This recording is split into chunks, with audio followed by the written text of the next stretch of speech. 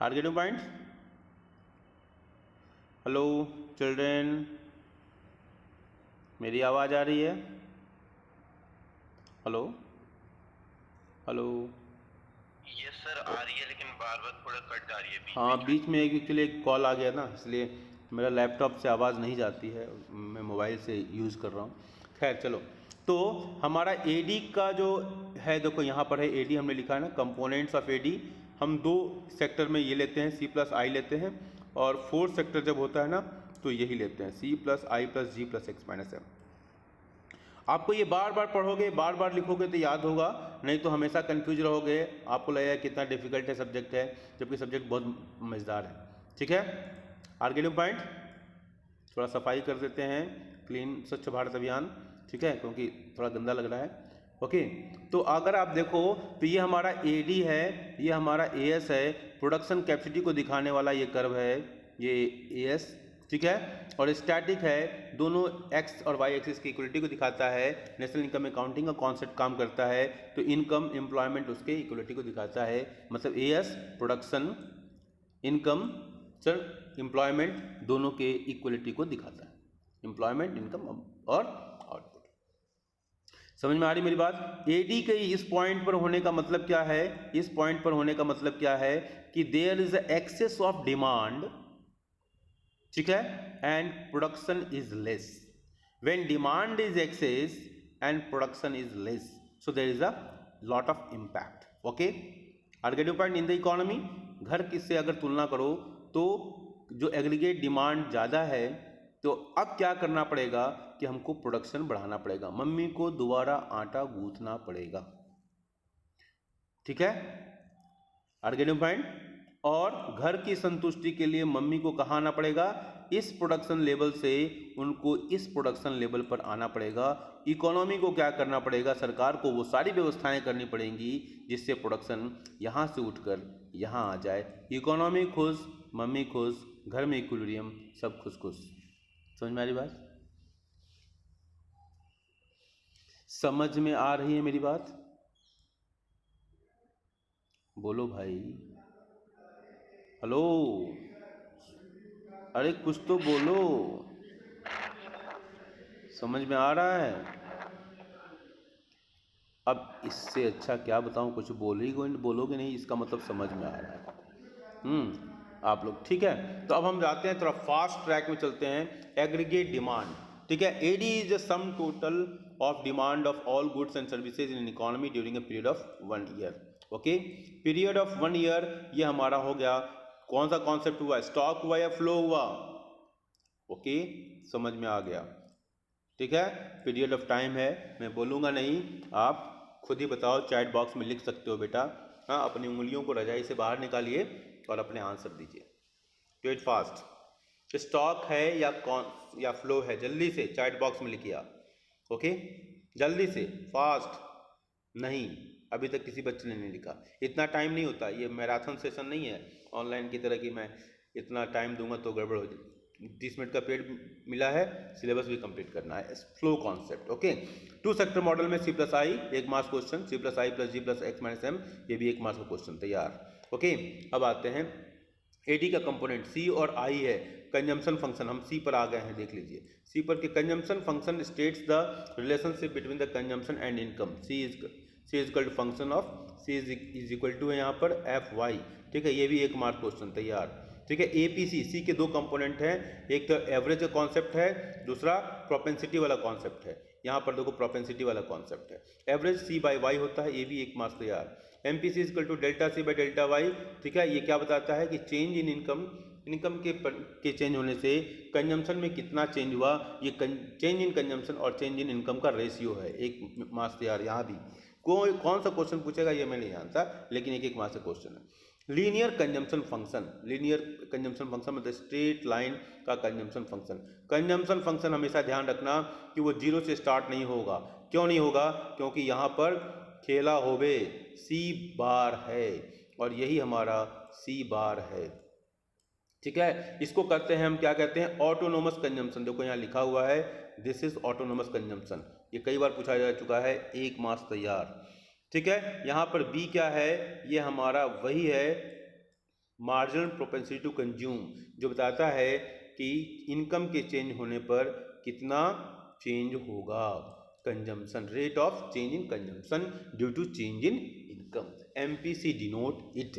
ठीक है, और यही स्लोप भी है, क्योंकि इससे तुलना किया गया है equation of straight line y equal to mx plus c। Maths वाले बच्चे बड़े आराम से समझते हैं।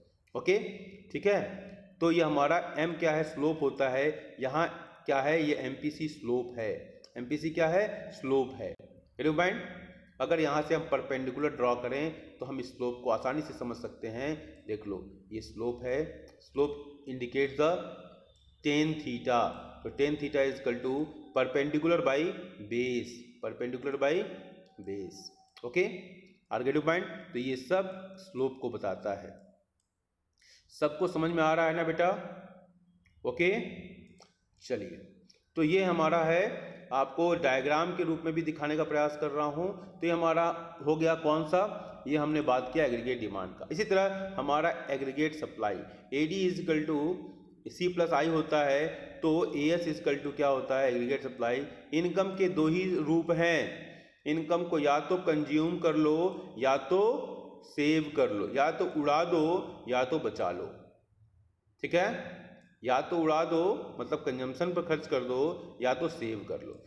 किन्स ने कहा इक्वलिटी तो होना ही है, जहां पर AD और AS का बराबर होना तो जरूरी है इकोनॉमी के इक्विलिब्रियम के लिए। गेटिंग पॉइंट, इकोनॉमी के इक्विलिब्रियम के लिए तो ऐसे कर्व नहीं जाएगा, लेकिन ये कर्व ऐसे नीचे नहीं जाएगा AD वाला, इसको ध्यान से देखेंगे।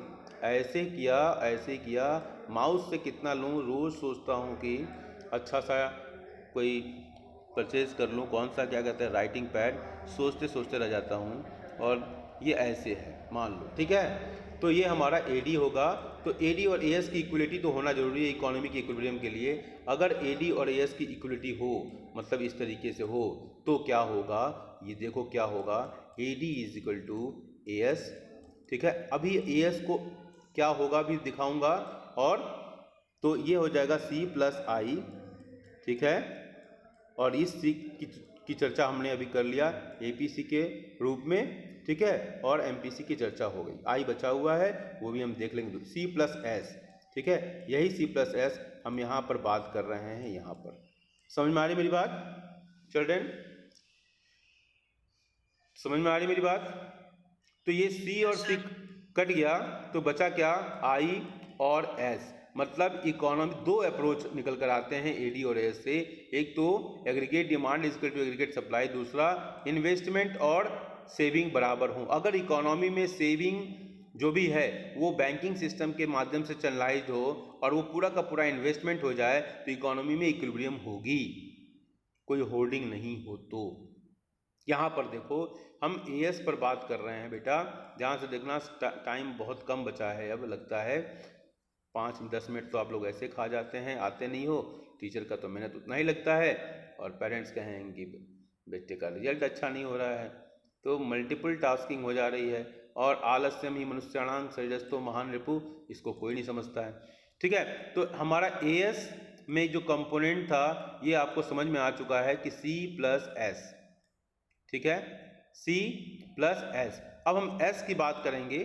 ठीक है, S क्या है, S सेविंग जो है, और इसके दो कंपोनेंट हैं, जैसे वहाँ पर C का हमने दिखाया था, एक APC और MPC, दो कॉन्सेप्ट हैं। इस तरह यहाँ APS और MPS। ठीक है, जैसे वहाँ पर delta C by delta Y, इसी तरह यहाँ पर delta S by delta Y. ठीक है, ठीक है, और ये S बाई वाई, ये हम सब चर्चा कर चुके हैं पहले भी, इसलिए हम थोड़ा सा जल्दी से निकलते हैं। ओके, देखो लीनियर सेविंग फंक्शन वैसे ही है जैसे उसमें था। ठीक है, S equal to minus C bar plus 1 minus B into Y. ठीक है, अगर डायग्राम से देखना चाहो तो ये हमारा इनकम का कर्व है Y, ये हमारा C है, और S इक्वल टू क्या होगा, C प्लस एस। अगर सर आपकी वॉइस, हाँ चलो रिकॉर्डिंग हो रही है, C प्लस एस, देखो लिख भी रहा हूँ, सारा कुछ लिखा हुआ है स्क्रीन पर। C plus S equal to Y होता है ना, हाँ ठीक है बेटा। AS इक्वल टू वाई मैंने पहले बता दिया है आपको। AS की जगह हम Y भी ले सकते हैं, आउटपुट भी ले सकते हैं, सब कुछ ले सकते हैं। ओके, तो AS is equal to Y, national income accounting का कॉन्सेप्ट ध्यान रखिए, इसलिए हमने AS की जगह आउटपुट की जगह इनकम रख लिया है। ठीक है, यहाँ ध्यान रखना, नोट्स लिख लेना। ठीक है, NIA, क्योंकि बार बार जब कन्फ्यूजन होगा ना तो इस समय ये नोट्स काम आते हैं। तो नेशनल इनकम अकाउंटिंग के कॉन्सेप्ट से ये AS इजकल टू वाई, तो C plus S is equal to Y होता है, तो S को हम लिख सकते हैं Y माइनस C। ठीक है, अगर C की जगह हम लिख दें, देखो Y माइनस C की जगह हम लिख रहे हैं C बार प्लस BY। ठीक है, अगर इसको सॉल्व करोगे, तुम लोग मैथ्स वाले बच्चे हो इसलिए आप लोगों को सॉल्व नहीं करूंगा, इसको जब सॉल्व करोगे ना तो ये इस फॉर्म में आ जाएगा। पॉइंट, ये C बार प्लस BY, ये C की वैल्यू है जो पहले हम यहाँ चर्चा कर चुके हैं, ये यहाँ पर। समझ में आ रही बात? C is equal to C bar plus BY, यहाँ पर लिखा है C इजकल टू C की जगह लिख दिया C बार प्लस BY। इसको सॉल्व करोगे तो इस फॉर्म में ये आ जाएगा। ठीक है, are getting point. 1 minus C bar क्या है? दिस सेविंग है। ठीक है, अगर इसको यहाँ पर ऐसे बढ़ाओगे तो ये क्या होगा? ये यहाँ से ऐसे निकल कर आएगा। ठीक है, ये कर्व ऐसे ऐसे आएगा, ये S का कर्व है। ठीक है, अब ये यहाँ इसके नीचे C जहाँ कट करता है Y को, ठीक है, उसी के ठीक ये नीचे होगा, इसका ध्यान रखना, उसी के ठीक नीचे होगा। यहाँ पर वैल्यू जब डालोगे ना, ठीक है, यहाँ पर C और Y बराबर होगा, मतलब यहाँ पर अगर हम C और Y बराबर हो गए ना, देखो इस पॉइंट पर C और Y बराबर है ना, C इजकल टू Y, समझने का प्रयास करना। C इजकल टू Y हो गया तो यहाँ पर हम Y बराबर हो जाएगा तो ये दोनों कैंसिल हो जाएगा, तो क्या हो गया? S इजकल टू 0 हो जाएगा ना, इसलिए हमने S को यहाँ से पास किया। समझ में आई बात? बोलो भाई।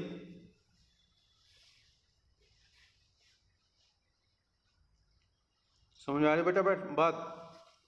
मेरी बात समझ में आ रही है? तो हमारा ये हो गया। अब ये 1 माइनस बी क्या है? वहां पर अगर स्लोप था, B स्लोप था, C is equal to C bar plus BY में, सॉरी प्लस BY में अगर B स्लोप था तो यहाँ 1 माइनस B स्लोप होगा। ठीक है, ठीक है बेटा,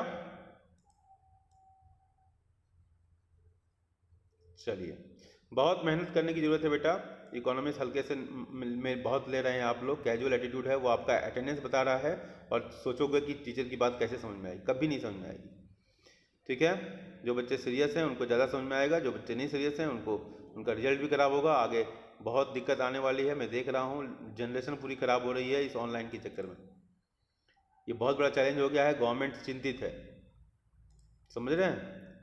नई एजुकेशन पॉलिसी आ गई, उसका इम्प्लीमेंटेशन नहीं हो पा रहा है, इसी लॉकडाउन इस सब के चक्कर में बहुत बड़ा कंसर्न हो गया है ये लॉकडाउन। अब बच्चे नहीं सोच पा रहे हैं इसको। चलिए, तो ये हमने देखा y इजकल टू, ये हमने इसका डेरिवेशन भी हमने देख लिया, थोड़ा सा पढ़ लेते हैं। It is an addition to the existing stock of capital, investment के बारे में है C plus I।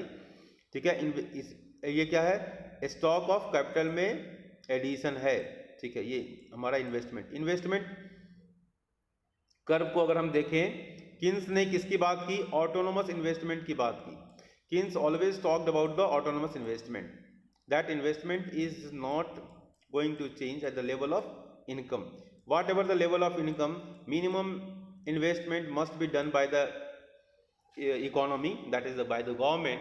Why government I am talking? Because it is the era when 1929 there was a recession in America and private sector was not willing to make investment because there was everywhere negativity was there.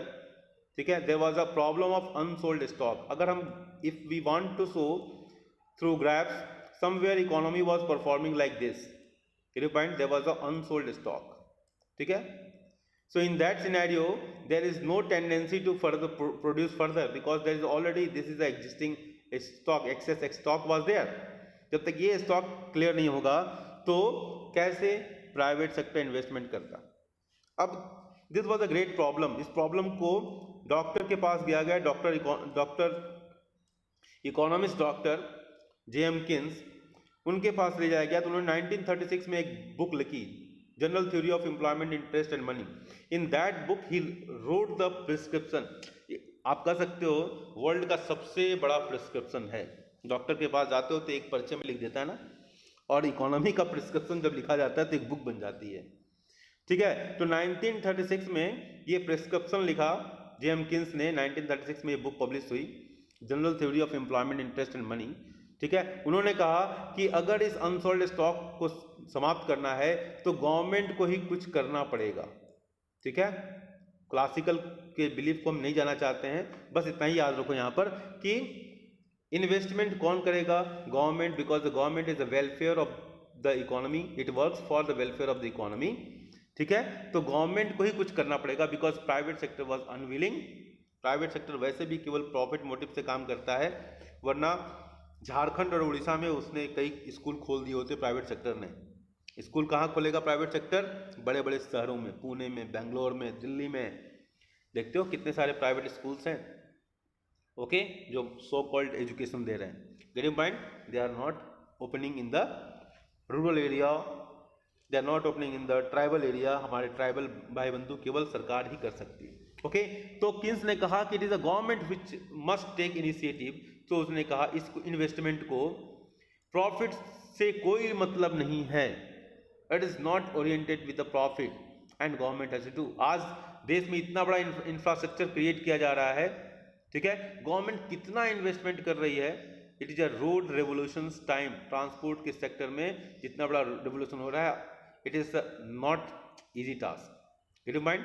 So it is a government है जो इतना सारा कर सकती है बिना किसी profit के, फ्यूचर को देखते हुए। सो इकोनॉमी को बचाने के लिए क्या कहा गया कि ऑटोनोमस इन्वेस्टमेंट करना है, point. Autonomous investment is required, और यही है autonomous investment, this is I. चलो हम इसके बारे में पढ़ते हैं। It is an addition to the existing stock. जो स्टॉक है उसमें ये एडिशन है, ठीक है, चेंज इन स्टॉक, यहाँ से कॉन्सेप्ट है। Autonomous investment not influenced by expected profitability. Generally investment का कर्व हम ऐसे बनाते हैं कि प्रॉफिट बढ़ेगा तो इन्वेस्टमेंट बढ़ता जाएगा, पॉइंट। लेकिन इस केस में इन्वेस्टमेंट हमारा क्या है? किन्सियन थ्योरी में इन्वेस्टमेंट ये है, ठीक है। इसको ऑटोनोमस इन्वेस्टमेंट कहा गया, इसको कहा गया इंड्यूस्ड इन्वेस्टमेंट। इसको क्या कहा गया? Induced investment. देखो ये इंड्यूस्ड इन्वेस्टमेंट का ग्राफ बनेगा ऐसे, और ऑटोनोमस इन्वेस्टमेंट का ग्राफ बनेगा ऐसे। समझ में आ रही मेरी बात? क्लियर है बेटा? बोलो जल्दी से, मेरे रेसलर्स, मेरे पहलवानों, ठीक है।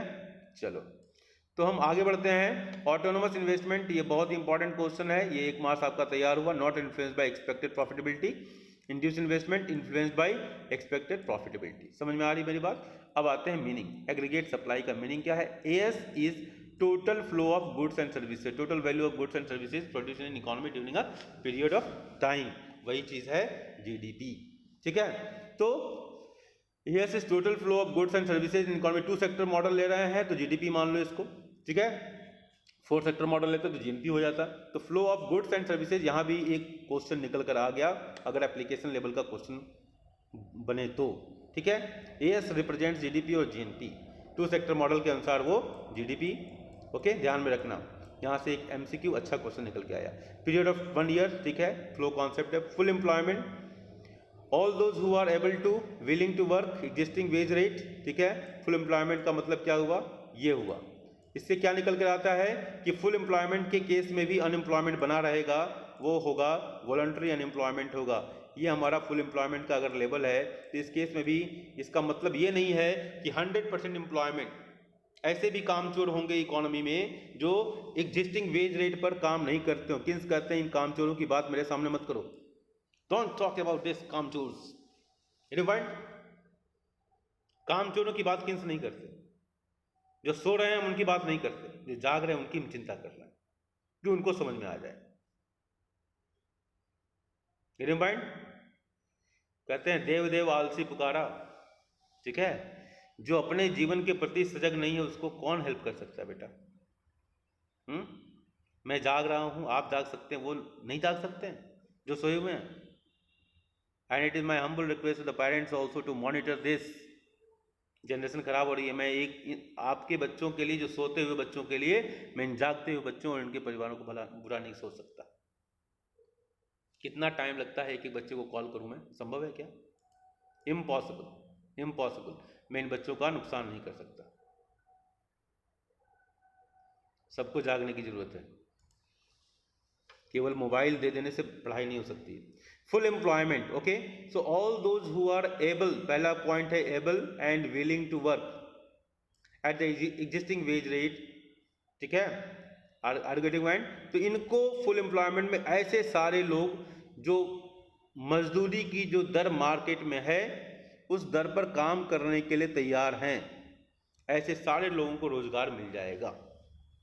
मेरी बात समझ में आ रही है? ठीक है, ठीक है, ओके। अब देखो कंपोनेंट्स ऑफ एएस क्या है, पहले दिखा चुका हूं, C प्लस एस, ठीक है।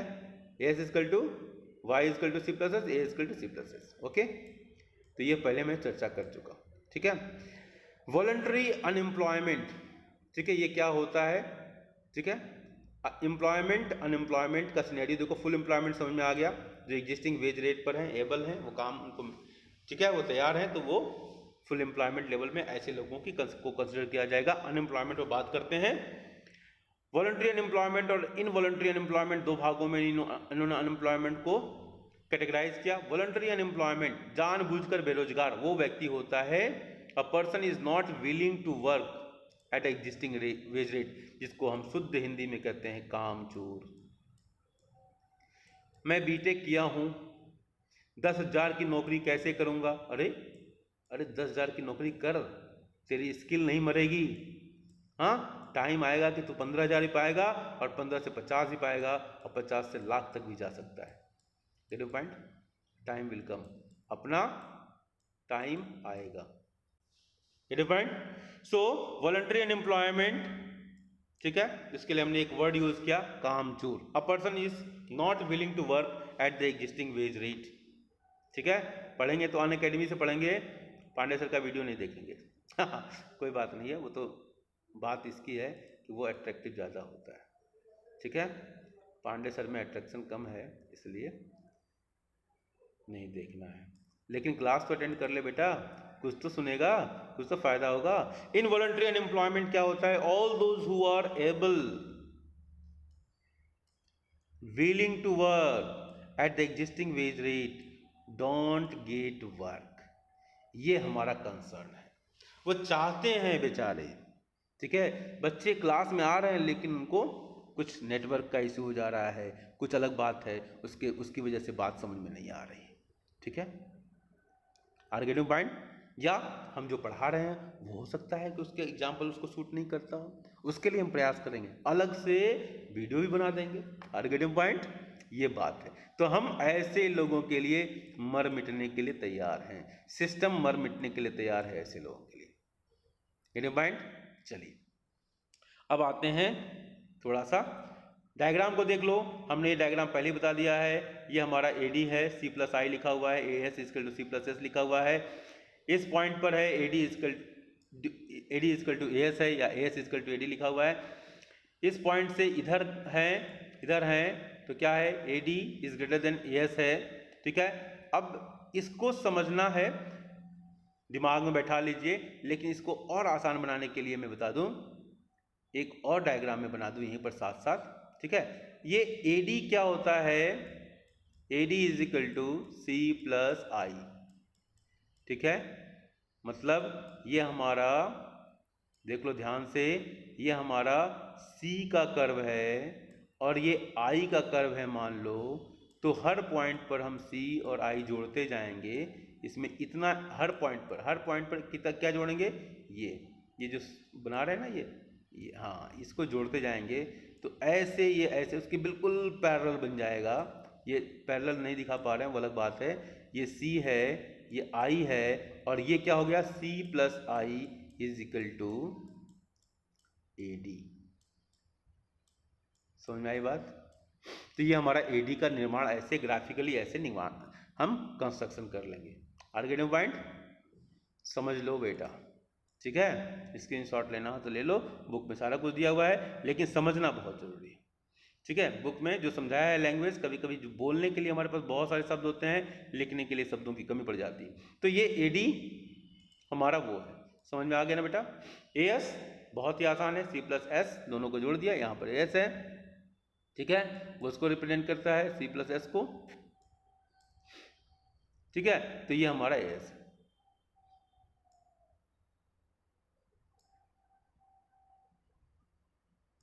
ये हमारा इनकम का लाइन है, एक बार देख लीजिए ग्राफिकली, ये हमारा सी का लाइन है, और जितना ये इधर है इसको हम सी बार कहते हैं, उतना ही अगर ये नीचे होगा, क्यों होगा वो हम बता चुके हैं पहले भी, फिर दोबारा बताएंगे। ऐसे होगा, क्यों होगा, क्योंकि S is equal to Y minus C. अगर इसको न्यूमेरिकली देखो, अगर इस लेवल पर y कितना है, 0 0, तो जीरो लेवल पर क्या होगा, y 0 ले लिया हमने, और माइनस सी, तो क्या हो गया, s is equal to minus C, s is equal to minus C हुआ ना, यही माइनस सी यहाँ पर सी बार के लिए। कैसे होगा ये भी देख लो, c is equal to C bar plus B Y. अगर इनकम ज़ीरो है तो हमने यहाँ ज़ीरो ले लिया, पढ़ा चुका हूँ फिर भी देख लो, b into zero C bar as it is plus as it is equal to C. तो c is equal to C bar होगा ना, सी बार हो गया ना, बोलो भाई। Yes sir. ठीक है, क्योंकि यहाँ पर ये जीरो हो चुका है तो ये पूरा मिलकर जीरो हो जाएगा, तो बचेगा केवल सी बार। तो इसीलिए यहाँ पर जब s इजकल टू क्या हो गया, माइनस सी। ठीक है, दोनों को मिला के समझ लो, ठीक है, s इजकल टू माइनस सी, और ये c is equal to minus C bar होगा जीरो लेवल पर। ठीक है, c इजकल टू सी बार होता है, और ये सी बार जब निगेटिव होगा, एक्सिस पर नीचे नीचे आएगा, तो यहाँ पर क्या हो गया, माइनस s क्या हो गया, माइनस सी बार, माइनस सी बार होगा ना, बोलो भाई, बोलो। c इजिकल टू सी बार, और यहाँ पर इस पॉइंट पर जीरो लेवल पर क्या है, यहाँ से s is equal to minus C bar, correct ना, बोलो भाई, बोलो भाई, बहुत अच्छा।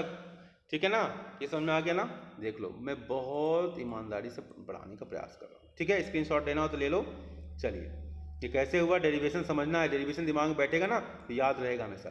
ठीक है, चलो जल्दी से देख लो, इसको मिटा लो जल्दी से, और ये कोशिश करूँगा आज मैं, ये समझ लो कि ब्रेक में जिस दिन भी मैं खाली रहा, इधर उधर जाऊँगा, कहीं बाहर भी गया ना, तो वहाँ से भी मैं क्लास लूँगा, इसलिए आप लोग क्लास आना, मैं रेगुलर क्लास करूँगा। सिलेबस पीछे है और रिवीजन भी का भी समय नहीं मिल पाएगा। रिजल्ट जीवन बार बार नहीं मिलेगा बेटा, जो आराम कर रहे हैं उनको आराम करने दो, लेकिन जो पढ़ना चाहते हैं बेटा पढ़ो, मैं डेली क्लास लूँगा। ओके, समझ रहे हो, चलिए। Yes sir. ठीक है, ये हमारा, ये तो दिमाग में बैठ गया ना। Equilibrium level of income and output is determined by at E where AD is equal to AS। ठीक है, planned level of aggregate demand is equal to planned level of aggregate supply. ठीक है, आर्गेटिव point, planned level of aggregate demand is equal to planned level of aggregate supply. ठीक है, मेरी बात समझ में आ रही बेटा, planned level of aggregate demand ये है हमारा, ये planned level of aggregate supply ये है AD is equal to AS। Okay, आर्गेटिव point, planned level of aggregate demand is equal to planned level of aggregate supply.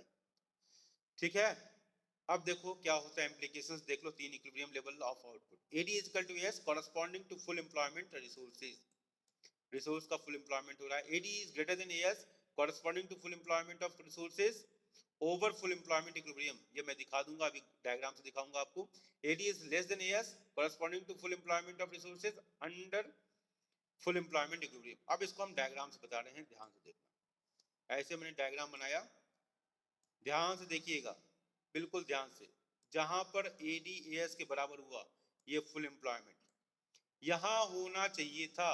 ठीक है, और अगर मान लो इसके जगह नीचे हो गया, एग्रीगेट डिमांड कम हो गया, मतलब यहां पर हो गया आर्गेटिव पॉइंट, तो यह अंडर एम्प्लॉयमेंट इक्विलिब्रियम होगा।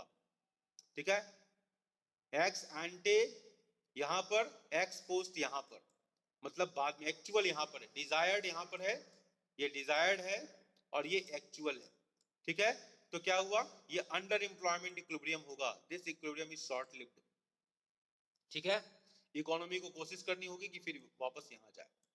एक केस और हो सकता है, डिजायर्ड इज दिस वन, ध्यान देना, डिजायर्ड इज दिस वन, लेकिन एक्चुअली कहां होता है, यहां पर होता है, this is also short lived, ठीक है। एक्चुअल यहां पर होता है, ठीक है, एक्चुअल यहां पर है। जब एक्चुअल यहां पर है और डिजायर्ड यहां पर है, तो इकोनॉमी क्या हो गई, इकोनॉमी को फिर यहां पर आने की कोशिश करनी पड़ेगी। आर्गेटिंग पॉइंट, मेरी बात समझ रहे हैं। ये हो गया ओवर फुल एम्प्लॉयमेंट इक्विलिब्रियम, ये केस यहां पर होगा ओवर फुल एम्प्लॉयमेंट, ये case full employment, full employment, over full employment, sorry sorry sorry, ये गलती मैं अपने ही दिमाग से सोच लिया इसको, जैसे मैं करता हूं ना कि हमेशा राइट साइड लिखता हूं, इसलिए मैं सोचा कि ओवर फुल एम्प्लॉयमेंट यहां लिखा होगा, यह है अंडर फुल एम्प्लॉयमेंट इक्विलिब्रियम, इसलिए ये वाला केस यहां पर है, ठीक है। ये ओवर फुल एम्प्लॉयमेंट इक्विलिब्रियम, तो ये केस यहां पर है, समझ में आ रही बात, आगे पॉइंट। और फुल एम्प्लॉयमेंट इक्विलिब्रियम, ये केस यहां पर है, आगे पॉइंट, मेरी बात समझ रहे हो, ओके, समझ में आई बात। तो ये तीनों केस आपको समझ में आया, समझ में आया बेटा, बोलो भाई, हाँ वेरी गुड। चलो ये एक साथ डायग्राम में पढ़ाता हूं तो बच्चों को आसानी समझ में आता है, कंपैरेटिव अलग अलग बताता तो समझ में नहीं आता, इसलिए मैं हमेशा एक ही प्रीफर, एक ही करता हूं। चलो ठीक है, अब देखो यहां पर AD और AS हमने दिखाया था ना, AD is equal to AS होता है और I is equal to S, यहां से आया। अब इस I और S अप्रोच को यहां दिखा रहे हैं, ठीक है। ये I है ऑटोनोमस इन्वेस्टमेंट है, और S, ठीक है, आर्गेटिव पॉइंट, ये S सेविंग कर्व है। तो जहां पर ये इक्विलिब्रियम होगा वो ये क्या दिखाता है, अगर इकोनॉमी में S is greater then I तो ये अनसोल्ड स्टॉक की समस्या होगी, ठीक है। S is less then I मतलब क्या है, लोग सेविंग ज्यादा कर रहे हैं और इन्वेस्टमेंट ज्यादा होगी और सेविंग कम है, ठीक है। तो ये क्या होगा, एक्सेस डिमांड की कंडीशंस होगी। देखो यहाँ पर अगर इसके ठीक नीचे अगर हम देखें, इसको हम इसको बढ़ाते हैं, इस पॉइंट को आगे ऊपर, तो ये वाली कंडीशन हो गई। इसको हम ठीक ऊपर बढ़ाते हैं, ये वाली कंडीशंस, तो ये वाली कंडीशन हो गई। समझ में आ रही मेरी बात, समझ में आ रहा है मेरा बात, आर्गेटिव पॉइंट, बोलो भाई, बोलिए, समझ में आ रही मेरी बात। दोनों दोनों डायग्राम एक दूसरे को कंप्लीमेंट कर रहे हैं, ठीक है। अब AD is greater than AS तो डिमांड ज्यादा है और इन्फ्लेशनरी कंडीशंस होगी, इकोनॉमी को इक्विलिब्रियम में आना होगा और इकोनॉमी एम्प्लॉयमेंट जनरेशन ज्यादा होगा। अगर AS ज्यादा है, अनसोल्ड स्टॉक है, तो छटनी की समस्या होगी और क्लियरेंस सेल, जिसे मार्केट में होता है ना, एक के साथ एक free, that is a clearance sale, वही होता है, अनसोल्ड स्टॉक होता है वो, ठीक है, इकोनॉमी में। आर्गेटिव पॉइंट, ओके, आर्गेटिव पॉइंट, चलिए तो हम आगे पढ़ते हैं, थोड़ा सा रीडिंग कर लेंगे। चलिए, equilibrium level of income and output is determined at a point E1 as here S is equal to I। ये हमारा E1 है, जहां पर S और I बराबर है, यहां पर AD is equal to AS बराबर है, ओके ओके, समझ में आ रही मेरी बात, बोलो भाई। जहां S is equal to I बराबर होगा ना, अगर इस डायग्राम को थोड़ा सा हम एलोबरेट करके दिखा दें नीचे, तो ऐसा ही बनेगा बेटा, देख लो, हम इसको एक ही में बना रहे हैं, एक ही एक्सिस, ठीक है। यहाँ हमने ले लिया AD और AS यहाँ से, और हमने यहाँ ले लिया ऐसे, ये हमारा I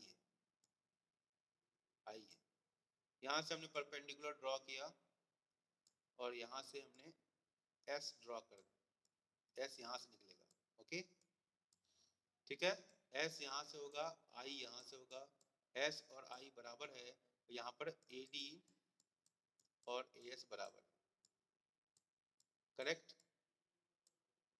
ठीक है। ऐसे डायग्राम है, ये दोनों डायग्राम ऐसे ही है, ठीक है। यहाँ ध्यान से देखो, I is greater than S, ठीक है, यहाँ लिखा है S is less than I, मतलब बात वही है, S is less than I, ठीक है। यहाँ S is greater than I, या I is less than S, I is less than S, S is greater than, बात बराबर है, ओके। यहाँ पर AD is greater than S, ठीक है, और यहाँ AD is less than S, देख लो यहाँ पर, ठीक है, ठीक है, समझ में आ रही बात। दोनों एक ही डायग्राम है ना का, ऐसे डायग्राम बना सकते हैं, ओके। ये एरिया हो गया, ठीक है, और ये एरिया ऐसे हो गया, ये इधर आ गया, और ये वाला एरिया ऐसे हो गया। आर्गेनिक पॉइंट समझ में आ रही बात, बोलो भाई। चलिए ठीक है, वेरी गुड, बोलने से मोटिवेशन मिलता है, thank you for motivating me. चलिए ओके, ये सब कॉन्सेप्ट। अब आता है कि किन्स क्या कहते हैं कि ये जो इनकम में जो इन्वेस्टमेंट बढ़ता है, वो इन्वेस्टमेंट बढ़ता है तो इकोनॉमी को कैसे फायदा होता है ना, उसकी चर्चा किन्स करते हैं, और उसके लिए कहते हैं कि multiplier is a responsible factor for that. कैसे होता है, तो देखो मल्टीप्लायर क्या कहता है कि it is a ratio of change in income to the initial change in investment. मतलब इनिशियल चेंज जो इन्वेस्टमेंट गवर्नमेंट कर रही है ना, इस ऑटोनोमस इन्वेस्टमेंट की बात कर रहे हैं, इसके चेंज होने से कि गवर्नमेंट ने इकोनॉमी में इतना खर्चा जो किया, सड़कें बनवा दी, इंफ्रास्ट्रक्चर जो डेवलप किया, उसकी वजह से ट्रांसपोर्टेशन, गांव के जो प्रोड्यूस्ड हैं या जो इंडस्ट्रियल प्रोड्यूस्ड हैं वो फास्ट मूवमेंट होने लगे, इकोनॉमी में तेजी आ गई, लोगों को रोजगार मिलने लगे, वैसे वैसे होने लगा, ठीक है। तो ये लोगों की इनकम बढ़ गई। तो ये किस कहते हैं कि ये मल्टीप्लायर है एक्चुअली, ये गवर्नमेंट इन्वेस्टमेंट कर रही है, तो इनकम में जो चेंज हो रहा है, delta Y equal to K times of investment, K times of investment, are getting point, K times of investment, ये इसके इधर आएगा, तो के टाइम्स ऑफ इन्वेस्टमेंट। मेरी बात समझ में आ रही है, मेरी बात समझ में आ रही है बेटा, गेटिंग पॉइंट। तो k is equal to delta y by delta I, 1 mark question तैयार है, और k is equal to 1 by 1 minus MPC होता है। ये कैसे होता है वो हम दिखाएंगे, ठीक है। यहाँ पर पहले पढ़ लो, तो actual process here by multiplier income is money, income is brought about by the increased expenditure on consumption due to new investment, ठीक है। ये नए इन्वेस्टमेंट का के परिणाम में जो भी इक्वेशन लिखा, उसी इक्वेशन को यहाँ शब्दों में ढाल दिया गया है, ठीक है। देखो y is equal to C plus I होता है ना, आर्गेनिक पॉइंट, बोलो भाई। तो अब delta y is equal to delta C plus delta I लिख सकते हैं, ठीक है। डिवाइड कर देंगे डेल्टा y दोनों तरफ, डेल्टा सी है, डेल्टा y से दोनों तरफ डिवाइड कर दिया, ठीक है। तो क्या हो गया, 1 is equal to M P C, ये 1 है, 1 is equal M P C, ठीक है, प्लस 1 बाई के, 1 बाई के होगा ना, देखो ये होगा। अगर k equal to delta Y by delta I है, तो delta I by delta Y 1 by K हो सकता है ना, बोलो भाई। अब इसको जब हाँ, इसको जब सॉल्व करोगे ना, तो ये एमपीसी है, देखो ना, तो ये इस फॉर्म में आ जाएगा, समझ में आई बात। इस इक्वेशन को सॉल्व करोगे तो इस फॉर्म में आ जाएगा, ठीक है। करना नहीं होगा तो मैं फिर हूं, ओके। आगे बढ़ते हैं, ये हमने दिखा दिया। अब देखो एक्सेस डिमांड, ठीक है, बस मुझे यही थोड़ा सा पढ़ाना था, लेकिन आप लोगों ने बहुत एलिब्रेट करवा दिया। अब देखो किन्स कहते हैं कि जो इन्फ्लेशनरी और डिफ्लेशनरी कंडीशंस होंगे इकोनॉमी में, जो इन्फ्लेशन की स्थिति होगी, एक्सेस डिमांड, एक्सेस डिमांड वो पॉइंट है, अगर फुल एम्प्लॉयमेंट, अगर मेरा डिजायर्ड लेवल ये है, लेकिन एक्चुअल जो है वो ये हो गया, तो फुल एम्प्लॉयमेंट के ऊपर जो भी, ध्यान से सुनना, बस 5 मिनट और लेंगे, फुल एम्प्लॉयमेंट के ऊपर और कोई नहीं आया ना बेटा, कोई लिंक नहीं आया ना? चलो ठीक है, चलने दो, बहुत बढ़िया, भगवान से मनाओ कोई लिंक नहीं आए, खत्म कर देंगे अभी। ठीक है, तो एक्सेस ये जो फुल एम्प्लॉयमेंट लेवल है, ध्यान से सुनना, this is a full employment level. Okay, full employment level से ऊपर जो भी डिमांड है, this is a desired level, ex ante, it is planned desired level, but actually that is exposed demand. This demand AD1 represents the exposed demand, ध्यान रखना, exposed actual, ठीक है, are you getting point? AD1 represents the exposed actual, AD is representing desired oblique planned, desired oblique planned, desired oblique planned। मेरी बात समझ में आ रही है? मेरी बात समझ में आ रही है बेटा? बोलो बेटा।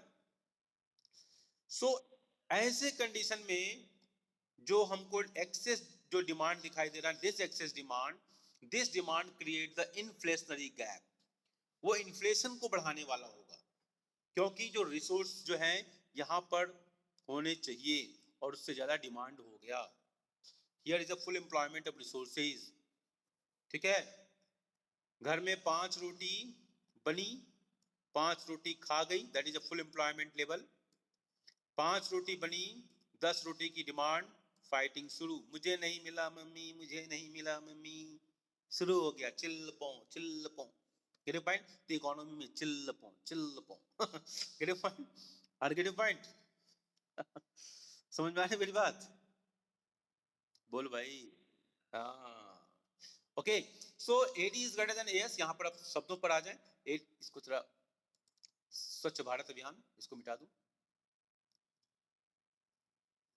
Okay, clean India mission successful हो गया, clapping clean India mission. Okay, चलो, so AD is greater than AS corresponding to full employment, excess demand causes inflationary gap, excess demand causes inflationary gap। समझ में आ रही बात? बोलो बेटा, बोलिए बेटा, समझ में आ रही मेरी बात? कोई दिक्कत? यस सर, नो सर ना, सब में yes sir. Okay, so AD is greater than AS। अब यहां पर AD अगर AS से ज्यादा है, फुल एम्प्लॉयमेंट लेवल के ऊपर होगा, तो क्या होगा, एक्सेस डिमांड है और यही इन्फ्लेशन को क्रिएट कर रहा है, ठीक है, आर गेटिंग पॉइंट? ठीक है, और इन्फ्लेशनरी गैप का कारण क्या है, कॉजेज देखो क्या क्या है, इंक्रीज इन मनी सप्लाई, लोगों के हाथ में पैसा ज्यादा है, due to increase in consumption and investment expenditure cause, ठीक है, गेटिंग पॉइंट? इंपैक्ट क्या होगा, नो इंक्रीज इन एम्प्लॉयमेंट तो होगा नहीं, no increase in output, increase in prices केवल होगा, ठीक है, आर गेटिंग पॉइंट? समझ रहे हो? हाँ, ठीक है, आर गेटिंग पॉइंट? क्योंकि हमारे रिसोर्स तो इसी के लिए बने हुए थे, इतने लोगों को हम रोजगार दे पा रहे हैं, लेकिन एक्चुअली क्या हो गया, डिमांड यहाँ आ गई, इसलिए ये इन्फ्लेशनरी गैप हो गया। तो यहाँ पर कारण है, कॉज है, और उसका इम्पैक्ट यहाँ पर है। ओके, अब ये कारण है, तो इसको कैसे ठीक करेंगे, ठीक है, इसके लिए दो तरह की पॉलिसी हो सकती है, physical policy and monetary policy, दोनों होगा, ठीक है। मॉनेटरी पॉलिसी की चर्चा हम मनी वाले लेसन में कर चुके हैं, आरबीआई के वाले में हम फिजिकल पॉलिसी देखें। इंक्रीज इन टैक्सेस, लोग मनी सप्लाई को घटाना है तो टैक्स बढ़ा दो, 100 रुपये लोग अर्न करते हैं, 10 रुपये सरकार ले ली, अब 90 रुपये का ही तो खर्चा कर पाएंगे, 90 रुपीज का ही ना, ठीक है, मनी सप्लाई घट गई, 10 रुपये घटा दिया सरकार ने, ठीक है, तो लोगों की डिमांड को कम करना है, मतलब लोगों के हाथ में पैसा कम करना है, और लोगों के हाथ में पैसा कम करना है तो टैक्स बढ़ा दो, करेक्ट ना? बोलो भाई, जल्दी से बोलो। यस, तो पहला काम है फिस्कल पॉलिसी, टैक्स को बढ़ा दिया। पब्लिक डेब्ट, लोगों से उधार मांग लिया, भैया हमको उधार दे दो, बॉन्ड इशू कर दिया, कुछ ऐसा कर दिया, ठीक है, आर गेटिंग पॉइंट? पब्लिक डेब्ट, ठीक है, करेक्ट ना? लोग जब सरकार को देंगे, बॉन्ड खरीद लेंगे तो क्या होगा? सरकार, लोगों के हाथ में पैसा कम होगा, लोगों के हाथ में पैसा कम, परचेजिंग पावर कम, मतलब मनी सप्लाई उनके पास कम हो गया, मतलब एग्रीगेट डिमांड कम हो जाएगी, इकोनॉमी यहां आने के लिए मजबूर होगी। समझ में आ रही मेरी बात? Next, increase in deficit, decrease in deficit financing. Deficit financing क्या होता है? जब सरकार अपने खर्चे को पूरा नहीं कर पाती है तो आरबीआई उसमें इंटरफेयर करता है और आरबीआई से सरकार बोरो करती है। इसी को कहते हैं फाइनेंस को, बजट वाले लेसन में हमने चर्चा किया था, डेफिसिट फाइनेंसिंग।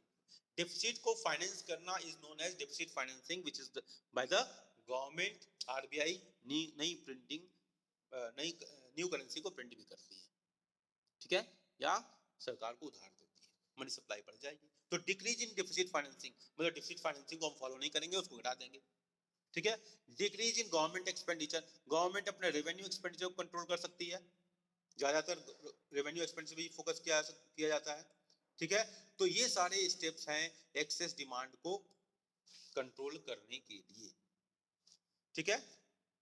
आर्गेटिव पॉइंट, अगर डेफिशिएंट डिमांड की कंडीशन हो तो इसका जस्ट उल्टा, decrease in taxes, decrease in public डेब्ट, increase in deficit financing, increase in government expenditure. इसको याद रखोगे, इसको अगर ठीक से समझ गए तो ये समझने में कोई दिक्कत नहीं, ठीक है, ठीक है मेरी बात। ये एक्सेस डिमांड का ग्राफ अगर यहाँ है तो डेफिशिएंट डिमांड का ग्राफ हम ऐसे नीचे बना देंगे तो डेफिशिएंट डिमांड का ग्राफ बन जाएगा, जो कि यहाँ दिखाया गया है, ठीक है। ये देखो deficit demand, AD is less than AS corresponding to full employment. Deficient demand causes deflationary gap. कारण क्या है? Decrease in money supply due to fall in consumption and investment expenditure. आर्गेटिव पॉइंट बोलो भाई, समझ में आ रही बात? ओके, ठीक है। इंपैक्ट क्या होगा? Unemployment, fall in output, fall in prices. ठीक कैसे करेंगे एक्सेस डिमांड को? अभी आपने देखा ये मॉनेटरी मेजर्स हैं, ये मॉनेटरी मेजर्स हैं। ऊपर आपने क्या देखा? फिजिकल मेजर्स, मतलब बजट के माध्यम से सरकार कर रही है। अरे यहाँ बहुत ठंडक लग रही है बच्चों, क्लासरूम बहुत कोल्ड है। ओके, तुम लोग तो रजाई में घुसे हुए हो, मम्मी के हाथ का हलवा भी खा रहे हो और मास्टर साहब परेशान हैं। चलो भाई, चाणक्य कहते थे उत्थान और पतन शिक्षक की गोद में होता है। चलो, थैंक्स फॉर चाणक्य जी आपके मोटिवेशन के लिए। चलिए हम आते हैं, अभी तक हमने क्या बात किया? फिजिकल मेजर्स की बात की। अब हम मॉनेटरी मेजर्स की बात करते हैं, जो कि आप मनी एंड बैंकिंग वाले लेसन में देख चुके हैं। इंक्रीज इन बैंक रेट, इस पर ज्यादा फोकस नहीं करूंगा। Repo rate, increase in reverse repo rate, increase in CRR, increase in SLR, ठीक है। Sale of securities by RBI, increase in margin required, ये सब काम करें। और डिफिशिएंट डिमांड कम करना हो, मतलब मनी सप्लाई को घटाना हो, सॉरी करेक्ट, डिफिशिएंट डिमांड है ना, मनी सप्लाई को बढ़ाना, sorry very sorry. Correct in excess demand मतलब मनी सप्लाई को क्या करना है? एक्सेस डिमांड है, मनी सप्लाई को घटाना है, ठीक है। मनी सप्लाई को घटाना है, बैंक रेट बढ़ा दिया, रेपो रेट बढ़ा दिया, रिवर्स रेपो रेट बढ़ा दिया, सीआरआर बढ़ा दिया, एसएलआर बढ़ा दिया। आरबीआई जो सिक्योरिटीज है वो sale of securities by RBI बढ़ा दिया, इंक्रीज इन मार्जिन रिक्वायरमेंट को बढ़ा दिया। तो ये हमारा मनी सप्लाई घट जाएगा, और मनी सप्लाई को बढ़ाना है तो decrease in bank rate, bank ज्यादा लोन लेगा, ज्यादा लोन लेगा तो ज्यादा लोन देगा, क्योंकि सस्ता हो गया। Repo rate, reverse repo rate, CRR, SLR, just इससे इसका संबंध बिल्कुल क्लियर है। क्लियर पॉइंट, ठीक है। अभी छोटे छोटे 3 मार्क के क्वेश्चन है जिसको हम पहले देख चुके हैं, ठीक है। It is a ratio of total consumption expenditure to total income at a point of time, ठीक है, पॉइंट ऑफ टाइम। तो ये क्या हो गया? स्टॉक का कॉन्सेप्ट, एपीसी स्टॉक का कॉन्सेप्ट। एमपीसी क्या है? Ratio of change in consumption, change to the expenditure over a period of time, ये क्या हो गया? फ्लो का कॉन्सेप्ट हो गया एफ, ठीक है। एपीसी का वैल्यू क्या हो गया? APC is equal to C by Y, MPC is equal to delta C by Y, देख चुके हैं। APC is correspond represent the point on the consumption curve. APC is APC is represented at a point on the consumption curve. ऐसे भैया बना लिया, सो मत जगो भारत, ये हमारा सी है और ये हमारा, इसका सी और वाई का जो रिलेशनशिप है वही एपीसी। यहाँ पर एपीसी देखो, यहाँ पर इधर क्या है, ए सी बाई वाई, ठीक है ना, सी बाई वाई है, यहाँ सी ज्यादा है, देखो ध्यान से देखो, सी ज्यादा है। कलर चेंज कर दूं, नहीं तो ये पकड़ेंगे नहीं और हमसे लड़ाई करेंगे, सर आपने पढ़ाया नहीं, आपकी बात समझ में नहीं आती है। देखो यहाँ पर रेड कलर एक्सेस सी को दिखाता है, तो C is greater than Y, correct ना, इस पॉइंट पर मैं बात कर रहा हूँ, ठीक है। इसका मतलब एपीसी क्या होता है, एपीसी क्या होता है, देखो देखो देखो देखो देखो देखो देखो देखो देखो देखो, यहाँ होता है ना, सी बाई वाई होता है, सी ज्यादा हो गया मतलब क्या, एपीसी की वैल्यू अगर मान लो सी ज्यादा है, मान लो 5 मान लिया, वाई कम है मतलब 3 मान लिया, ठीक है। डिवाइड करने में कितनी परेशानी होगी, 3 वन जा 3, 2 बचा, 3 6 जा 18, 1.6 मान लो, तो 1 इज एपीसी की वैल्यू 1 से ज्यादा होगी, कहाँ, ब्रेक इवन पॉइंट, इस पॉइंट को ब्रेक इवन पॉइंट कहते हैं, इससे पहले एपीसी 1 से ज्यादा। अब इसके बाद बोलने की जरूरत नहीं है, 1 से कम होगा, और यहाँ पर APC APC equal to C by Y, हाँ हाँ हाँ, यहाँ आ जाओ, यहाँ आ जाओ, यहाँ इसी के नीचे लिख देता हूँ, दोनों बराबर है ना, इस पॉइंट पर देखो, ध्यान से देखो, सो मत, चाय बाद में पीना, हल्दी वाला दूध पिया करो, ठीक है। देखो सी बाई वाई दोनों बराबर है ना, तो सी बाई सी कर सकते हैं ना, दोनों बराबर है तो कट गया, इज इक्वल टू 1, जो कि यहाँ लिखा हुआ है, देखो यहाँ लिखा हुआ है, अभी मिटाऊंगा देख लेना, यहाँ लिखा हुआ ना, APC is equal to 1 at a break even point that is C is equal to Y, ठीक है। तो ये हमारा एपीसी की वैल्यू 1 हो गई, इसको मिटाता हूँ। स्वच्छ भारत अभियान शुरू, चलो भाइयों, मैंने भी अपना देखा नहीं अरेंजमेंट कहाँ है, और आप लोग लिंक आएगा तो ईमानदारी से बता देना भाई, नहीं तो क्लास भी लूंगा और सबकी सुनना भी पड़ेगा, समझ रहे हो, और मुझे मजा आ रहा है, अब पता नहीं आपको क्या आ रहा है, ठीक है। बता देना ईमानदारी से, स्वार्थी मत बनना, APC is greater than 1, C is greater than Y, जिस पर दिया, ओहो मैंने ही तो मिटा दिया, ठीक है, ओके ओके, ठीक है, गेटिंग पॉइंट, तो एपीसी इज ग्रेटर देन 1, ये वाला हो गया, एपीसी इज इक्वल टू 1, ये वाला हो गया, ठीक है। और एपीसी इज लेस देन 1 कहाँ गया, एपीसी इज लेस देन 1 कहाँ गया, नहीं है, अरे C is greater than, APC is less than 1, चलो ये एपीसी लेस देन 1 इधर होगा, एपीसी लेस देन 1, ठीक है, एपीसी लेस देन 1, ठीक है, तो ये हो गया, ठीक है। तो ये इसी तरह हम एमपीसी को देख लेते हैं, MPC is equal to delta C by delta Y, MPC is represented at a point on the consumption curve with respect to previous points, change को बताता है ना, तो ये कंपैरेटिव है, ठीक है, मेजर्ड बिटवीन 2 पॉइंट्स, 2 पॉइंट्स के बीच में, MPC can never be equal to 1, ये एक के बराबर नहीं हो सकता है, क्यों नहीं हो सकता है बताएंगे, MPC lies between 0 and 1, that is MPC is greater then 0 but less than 1, इसको याद रखिएगा, कई बार पूछा जा चुका है।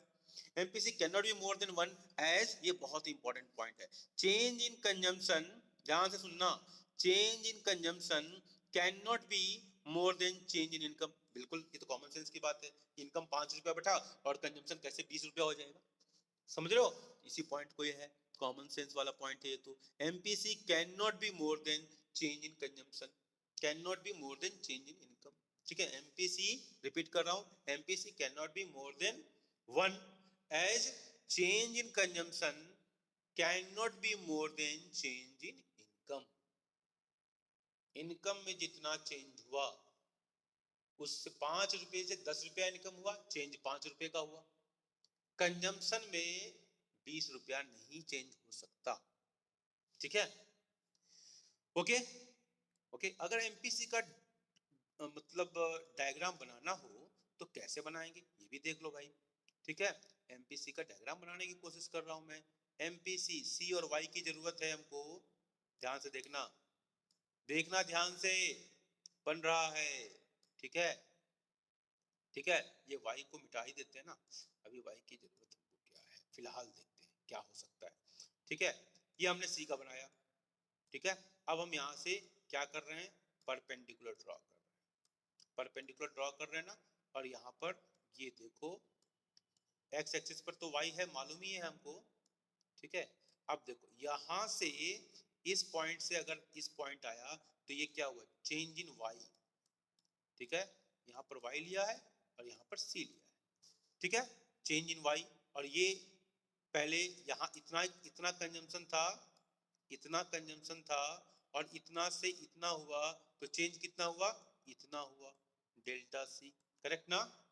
कलर चेंज कर लें भाई, बच्चे लोग बोलेंगे कि सर एक ही कलर से काम चलाते, ये डेल्टा सी है। अरे कैसे हो गया? ये डेल्टा सी है, this is delta C, change in consumption, ठीक है, change in consumption delta C, ठीक है। This is delta C, this is delta C, clear, बोलो भाई। अरे सो गए, हाँ, ये डेल्टा वाई, ये भी डेल्टा वाई, और ये भी डेल्टा वाई। तो इन दोनों का रिलेशनशिप क्या है, ये रिलेशनशिप है change in income, change in consumption to change in income, correct ना। समझ में आ गया, डायग्राम से भी हमने देख लिया। चलो, स्वच्छ भारत अभियान, ठीक है, तो ये हमारा एमपीसी हो गया। जैसे एमपीसी और एपीसी का रिलेशनशिप है ना, वैसे इसको भी समझा जा सकता है बड़े आराम से। देखो, it is the ratio of total saving corresponding to total income of the economy at a point of time। तो ये क्या हो गया, स्टॉक, ये क्या हो गया, फ्लो, ठीक है। एक marks question, formula this saving curve, APC is represented at a point on the saving curve, MPC is measured at a point on the saving curve with respect to previous point। देखो बिल्कुल same है, देख लो ना, बिल्कुल same है, अगर देखो पढ़ो ध्यान से, दोनों का सेम, बस कंजम्पशन की जगह एमपीसी की जगह एमपीएस, बस वैसे, ठीक है। ओके, अब आते हैं ऑटोनोमस इन्वेस्टमेंट, ये पढ़ चुके हैं, हम पढ़ा चुके हैं, ये हमने पढ़ा दिया है, ये हमने बता दिखा दिया था आपको, ठीक है ना बेटा, इसको आप लोग पढ़ लीजिएगा, ठीक है, इसको भी हमने देख लिया है। चलिए, और इस तरह से कुछ न्यूमेरिकल क्वेश्चंस किया जा सकता है, ठीक है। मल्टीप्लायर, देखो ये हमने डेरिवेशन आपको बता दिया था, ठीक है, याद आ रहा है, बोलो भाई। हाँ, ये मैं आप देख लीजिएगा, इसको मैं आपको भेज दूंगा, ओके, ओके, करेक्ट ना, ठीक है, इसको देख लीजिएगा। अब क्वेश्चन आंसर पर देख लो, क्वेश्चन आंसर आपको इस बार तो थ्योरी आएगा ना बेटा, बोलो।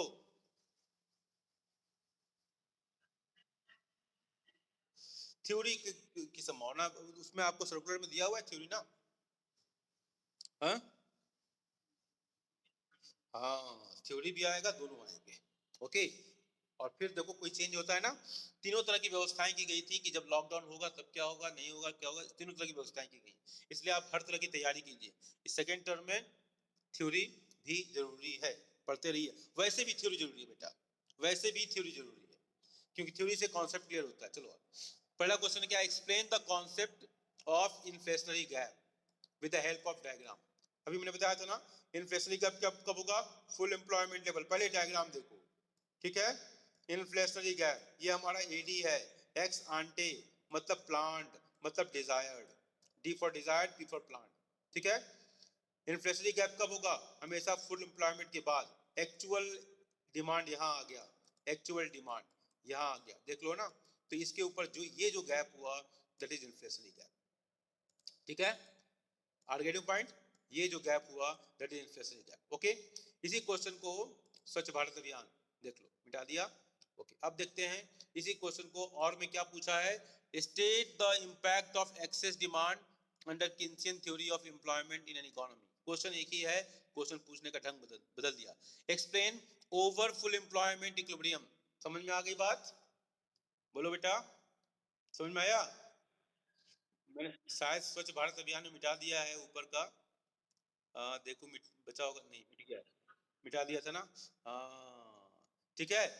चलो कोई बात नहीं है, अब आ जाओ, अब आ जाओ, हाँ इसको मैं डायग्राम एक बार और बना देता हूँ, क्योंकि डायग्राम से पढ़ना हमेशा स्वास्थ्य के लिए लाभदायक है। Economics, full employment level, AD is equal to AS, मतलब planned, ex ante and ex सब बराबर हैं, ठीक है। AD desired, desired planned is equal to actual, ठीक है, एक्चुअल, ठीक है, एक्सपोज्ड, एक्सपोज्ड, ठीक है, ओके।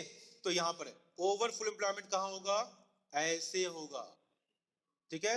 और कलर चेंज करता हूं और बना देता हूं, कलर चेंज किया, और अंडर एम्प्लॉयमेंट यहां होगा, ठीक है। This is under employment, this is over full employment, अलग अलग कलर में कर दिया, ठीक है।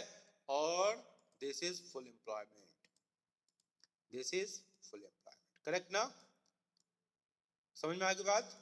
फुल एम्प्लॉयमेंट, ओवर फुल, मेरे बहुत ठंडक लग रही है, ओवर फुल एम्प्लॉयमेंट, ओके। और यह है अंडर एम्प्लॉयमेंट, ठीक है। अब आते हैं डायग्राम, ऐसे एक साथ बना लेना बेटा, स्क्रीनशॉट ले लो, मैं रब करने जा रहा हूं, ओके। बस एक्सप्लेनेशन में अंतर क्या होगा, यहां पर desired, plant, x एंटे, exposed, actual सब बराबर है इस पॉइंट पर, ओके। यहां पर क्या है, x post is, x post है ये, यहाँ ये क्या है, एक्सपोज्ड है डिमांड, ठीक है। यहां पर आएगा जब डिजायर्ड यहां पर है और एक्चुअल यहां पर है तो ओवरफुल एम्प्लॉयमेंट, जब डिजायर्ड यहां पर है और एक्चुअल यहां पर है तो अंडर एम्प्लॉयमेंट। डायग्राम बना लीजिए, तो एक्सप्लेनेशन उसी आधार पर होगा। अब हम आते हैं इसको रब करना, रब करें। स्वच्छ भारत, स्वच्छ भारत, जल्दी बोलो भाई, इतना टाइम, चलो।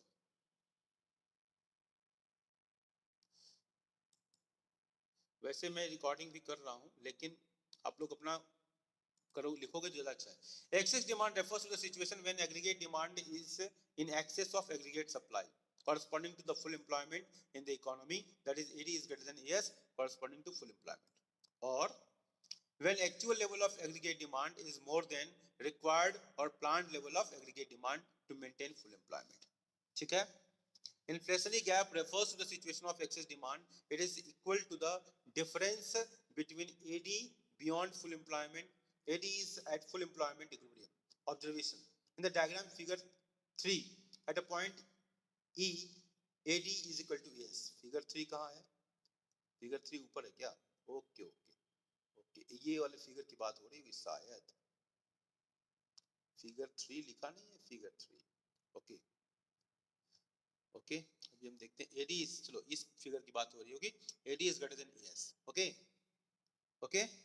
चलिए इस मतलब फिगर के साथ पढ़ना बेटा, हमेशा फिगर के साथ पढ़ना तो आसान होगा, समझ रहे हो, मेरी बात समझ रहे हैं। AD is equal to S, that is a full employment, okay. If aggregate demand rises AD1, then there is a excess demand in the economy, AD is greater than AS. The difference between AD and AD0 is the inflationary gap, ठीक है। AD1 और AD0 देख लो, अगर picture की चूंकि notes दूंगा ना तो देखना, AD और AD0, ठीक है, ये इसी फिगर की बात हो रही है, ठीक है। AD है ना, AD देखो, AD0 करेक्ट ना, एक्सेस डिमांड, समझ में आ रही बात। फिगर 3, फिगर 3 है ये, ओके ओके, बोल बेटा, ठीक है, अच्छा चलो ओके। कोई लिंक तो नहीं आया ना, चलो। The difference between AD and AD0 is inflationary gap. Inflationary gap or excess demand measured full employment output. Actual AD is greater than required AD. ठीक है, actual AD मतलब AD1, actual AD का मतलब क्या हुआ, AD1, देख लो देख लो देख लो, इस फिगर से ही रिलेट कर रहा हूं आपको, देख लो ना, actual AD1, ठीक है, desired was AD0, ठीक है। इसलिए कि नोट्स आपके पास रहेगा तो आपको समझने में आसान, ओके। देखो यहां पर दिया हुआ, ओके ओके, AD1, ठीक है ना, AD1 is greater then AD0, correct ना, ठीक है। AD FM minus EM, FM, F ये है, M यहां है, FM माइनस EM, EM यहां है, ठीक है, दैट इज द, ठीक है, समझ में आ रही मेरी बात, कहां गया, EF, ठीक है। Point E is a point of equilibrium corresponding to full employment level, इस पॉइंट की बात हो रही है, इक्विलिब्रियम पॉइंट है, ठीक है। E1 is also point of equilibrium but corresponding to over full employment of resources, E1 over full employment. Figure 3, AD0 is the desired aggregate demand curve corresponding to full employment level of resources. AD1 is the actual aggregate demand at beyond full employment level of resources, OM1। ये सब बता चुके हैं बेटा, इसलिए मैं थोड़ा सा फास्ट रीडिंग कर रहा हूँ बस आप, ठीक है, फिगर के साथ रिलेट कर रहा हूँ। इम्पैक्ट ऑफ एक्सेस डिमांड क्या है? Impact on employment as there is a full utilization of the resources available in the economy, thus there is a full employment, hence excess demand does not lead to any increase in the level of employment। समझ में आ गई बात, ठीक है। why over full employment level पर, why over full employment level cannot generate more employment, that is the answer for this question। ऐसे question बनाया जा सकता है। समझ में आ रही मेरी बात, समझ में आ रही बात, बोलो भाई, बोलो बच्चों। Impact on output, since the resources have already been utilized to the full, thus excess demand does not lead to any increase in the output, ठीक है। Impact on prices, यहां पर impact दिखाई देगा आपको, as output and employment cannot change, so ultimate pressure is on prices, prices tend to rise। क्या बेटा, बोलिए। हाँ बेटा, नेटवर्क का इशू तो बन ही जाता है। ओके, अब ठीक है,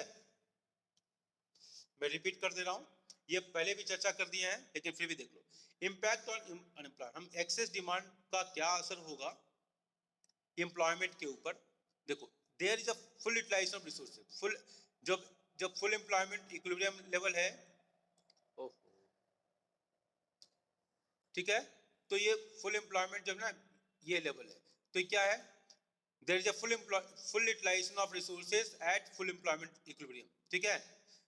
तो जब एक्सेस डिमांड होगा, does not lead any increase in the level of employment, ठीक है। एक्सेस डिमांड मतलब ओवर, ठीक है, सॉरी, ठीक है, यहां पर होगा, ठीक है, ठीक है, ठीक है, तो ये यहां पर होगा, तो क्या होगा, does not lead to any increase in the level of employment, ये ध्यान रखना। दूसरा क्या, impact on output, since the resources have already been utilised to the full, thus excess demand does not lead to any increase in the output, output में भी कोई increase नहीं करेगा। impact on prices, ये आपको याद रखना है, सब कुछ याद रखना है वैसे तो, as output and employment cannot change, so ultimate pressure is on prices, prices tend to rise as competition among buyers will push the prices up, sorry, समझ में आई बात, ठीक है। तो एम्प्लॉयमेंट और आउटपुट पर ओवर फुल एम्प्लॉयमेंट के case में, एक्सेस डिमांड के केस में, इन्फ्लेशनरी गैप के केस में कोई फर्क नहीं पड़ेगा, नहीं पड़ेगा, एम्प्लॉयमेंट नहीं बढ़ेगा, आउटपुट नहीं बढ़ेगा, क्या बढ़ेगा, केवल प्राइस राइज होगा, ठीक है। समझ में आई बात, बोलो भाई। Okay, explain the meaning of deflationary gap with the help of diagram. ऐसा तो नहीं है कि कहीं लिंक तो नहीं है ना बेटा,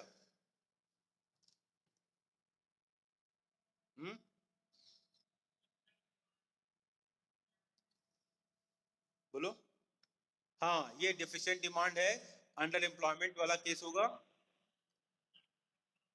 हाँ, यस, देखो लिखा ना क्वेश्चन, देखो एक ही क्वेश्चन को चार तरीके से पूछा जा सकता है, समझ रहे हो, डिफ्लेशनरी गैप, डिफिशिएंट डिमांड, ठीक है, और अंडर एम्प्लॉयमेंट इक्विलिब्रियम, तीनों एक ही चीज है, आंसर एक ही होगा, ठीक है।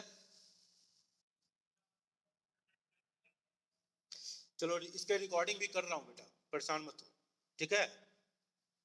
समझ में आ रही है बेटा मेरी बात, कि मैं ये कह रहा हूं कि deflationary gap, deficient demand, under employment equilibrium, ये तीनों एक ही केस है, एक ही आंसर होगा, ठीक है, देख रहे हो क्वेश्चन, देखो दिखाई दे रहा है ना, ये सब एक ही क्वेश्चन।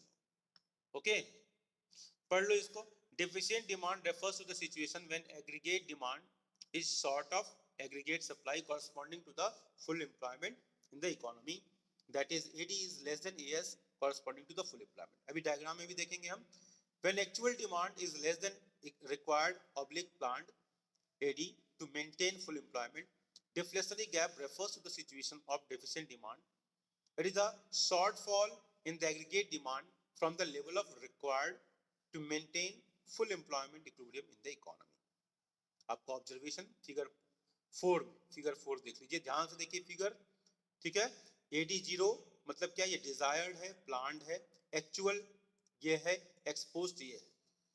समझ में आई बात? सब डिजायर्ड से, प्लान्ड से एक्चुअल कम हो जाता है तो डेफिशिएंट डिमांड हो जाता है, ठीक है। इसके साथ आप एक्सेस डिमांड वाला एक बार फिर डायग्राम देखेंगे। डिजायर्ड ये है और उससे एक्चुअल एक्सपोज ज्यादा होता है तो एक्सेस डिमांड मतलब इन्फ्लेशनरी गैप। फिर एक बार देखेंगे नीचे, डिजायर्ड प्लान्ड ये है, उससे एक्चुअल एक्सपोज्ड कम हो गया, डिफिशिएंट डिमांड। याद हो गया? याद हो गया? समझ में आई बात? बोलो भाई चिल्ड्रेन। ओके, चलिए हम बात करें diagram 4। At a point E, diagram देख लोगे, AD is equal to AS, there is a full employment in the economy. हमेशा डायग्राम से E है, ये full employment. Okay, if aggregate demand falls to AD2 exposed, AD2 exposed fall हो गया, okay, is the deflationary gap. Deflationary gap और deficient demand measured at a full employment output, ठीक है, full employment output, ये full employment output है, उसी पर ये मेजर करते हैं, इसी यही गैप है, deflationary gap. In the point E is a point of equilibrium corresponding to full employment resources. Point E2 is also a point of equilibrium but corresponding to underemployment equilibrium. कोई दिक्कत नहीं बेटा, no issue, no issue, कोई problem नहीं। बोलो भाई children, बच्चा party, बोलो भाई। Okay, okay, in the diagram AD0 is the desired aggregate demand, AD0 that is desired planned ex ante, ठीक है। क्वेश्चन में कुछ भी हो सकता है, डिजायर्ड बोल देगा, प्लांट बोल देगा, एक्स एंटे बोल देगा, इसलिए तीनों शब्द का प्रयोग मैं कर रहा हूं। AD0 is the desired aggregate demand curve corresponding to full employment of resources, OM, ठीक है, दिखाई दे रहा ना आपको, OM, OM, okay. AD2 is the actual aggregate demand curve corresponding to the underemployment resources, OM2, यहां पर OM2, ठीक है। AD2 indicates deficient demand level in the economy when equilibrium is at point E2, equilibrium is point E2, implying underemployment of resources equal to MM2, MM2, ये इतना resource, इतना underemployment हो गया, employment कम हो गया। Impact of deficient demand, impact क्या होगा देख लो, एम्प्लॉयमेंट दिखाई दे रहा है ना, एम्प्लॉयमेंट क्या हो रहा है बताओ, एम्प्लॉयमेंट क्या हो रहा है, बोलो भाई। As the level of investment falls in the economy, the level of employment also decreases, देख लो ये देखो डिक्रीज हो रहा है ना, बोलो भाई डिक्रीज हुआ, okay. also decreases thereby causing unemployment in the economy, अच्छी स्थिति नहीं है। Impact on output due to fall in investment, employment in the economy, output also tends to fall, correct. Impact on prices, as there is excess supply in the economy, thus the prices tend to decrease, leading to deflation, which causes deflationary gap। समझ में आया बात? अब कैसे दूर करेंगे, ठीक है, ठीक है। Define fiscal policy measures used by government to control money supply, ये आप पहले भी देख चुके हैं, इसको पढ़ लेना, ठीक है। इसको आप देखो यहाँ पर पहले भी दिखा चुका हूं। एक्सेस डिमांड में क्या करेंगे, डिफिशिएंट डिमांड में क्या करेंगे, देखो ध्यान से देखो, इसको मैं स्वच्छ भारत अभियान थोड़ा कर देता हूं तो आपको और क्लियर होगा, देखो है ना, ये दिखाया था ना यहाँ पर, बोलो भाई, ठीक है। और मनी एंड बैंकिंग वाले लेसन से रिलेट करके थोड़ा सा पढ़ोगे तो और मजा आएगा, इसलिए जो पहले पढ़ा हुआ है सब काम आएगा, ठीक है। देख लो ना, क्वेश्चन ऐसे उठ के आएगा, रिलेट करके पढ़ो, पूरा रिलेट करके पढ़ोगे, बजट को भी ध्यान रखो, इसको भी ध्यान रखो, सब ध्यान रखो, ठीक है। तो ये हमारा एक्सेस डिमांड के फिजिकल मेजर्स क्या करेंगे, वही आपका टैक्सेशन वगैरह का, गवर्नमेंट का एक्सपेंडिचर, वो सब हमारा फिजिकल मेजर्स में आ जाता है, ठीक है। और जो आरबीआई करती है वो मॉनेटरी मेजर्स में आता है, इसका ध्यान रखना, मैं बार बार बोल रहा हूँ, ठीक है। समझ में आई बात, इस तरह। चलो, थैंक यू, थैंक यू। मुझे बहुत तेज ठंडक लग रही थी, मुझे बहुत तेज ठंडक लग रही थी। चलो थैंक यू बेटा, थैंक यू, पहली बार में। ओके।